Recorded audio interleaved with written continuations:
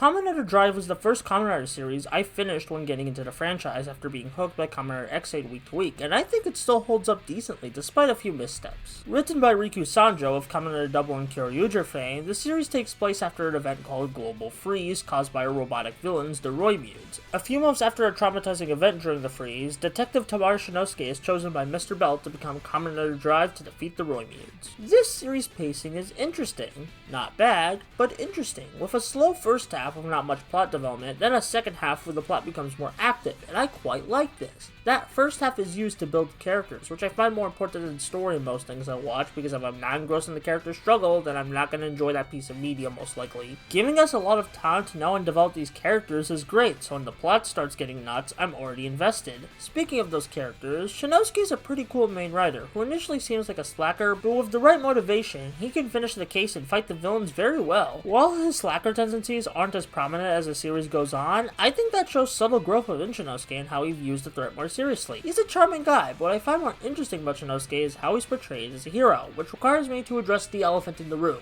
Drive is a series that heavily features the police, which might seem like a yikes, but the show's premise is that Shinosuke and the detective agency are rejected by the police for one reason or another, with it later being revealed that they're under the Roimude's control the whole time. As kids, we're often taught that the police will save you and keep you protected, but as we know, there's heavy corruption in the force. To me, Shinosuke represents a child's idealization of a police officer, a hero that will fight for justice against the bad guys, but at the end of the day is still a human being with flaws in the heart. With Kamen Rider being marketed at children, showing that idealized version of a hero in Shinosuke, with the police consistently being portrayed as villainous or incompetent, is a smart writing move to not make the show propaganda for kids. A buddy of mine summed up Shinosuke well. He's a Kamen Rider first, a cop second. The rest of the agency are charming as well, with each member getting at least 1 or 2 arcs to flesh them out, along with frequently showing up in episodes to interact with one another. Yes, Kiriko should have become a Kamen Rider more than any other side character in the franchise, but she and the rest are fun characters despite this. Go, aka Kamen Rider Mach, is complicated. I've seen a lot of people either hate him or love him, and I loved him at first. His introduction was very flashy and cool, but then as we unravel more of the series' plot, he becomes more antagonistic toward everyone, especially when a Roimude becomes a Kamen Rider, and since Go really hates Roimudes, he doesn't like that. I get what they're getting out of Go's character, putting up a showy presence to mask his insecurities, but I'm not sure if it translated perfectly into the show. Like, something about it felt off in a way I can't describe, until a friend brought to my attention that Go acts more like an actual cop than Shinosuke with his aggressive and dismissive behavior towards Roimudes despite not being a cop. As the show goes on, it starts to make the villains an oppressed group allegory, especially with Go's character arc, and that's a can of worms most talented writers aren't best equipped to handle. I don't want to dive too deeply into the ethics of portraying oppressed groups as robots, especially since I have to get through another season sometime later that does that, but I don't think it's handled the best here, which is a shame because the main Roimude generals have these big personalities that make for engaging villains. We didn't need this oppressed group metaphor that muddles the implications of them, especially in a show that deals with the police. Speaking of Roimudes, Chase, aka Machine Chaser, later Kamen Rider Chaser, is probably my favorite character in the show. He starts off as a cold rival to Drive, but learns more about his past, which leads him defecting from the Roimudes and becoming a Kamen Rider. He still remains stoic after the change, but he gets more funny moments of him interacting with other characters. Too bad his relationship with Go doesn't really develop or progress much outside of Go hating Chase and Chase wanting to help Go until the final arc, which I see as a massive missed opportunity, as it would have made the ending of their rivalry more compelling if they built up to it before, but I see that more as a Go problem than a Chase problem.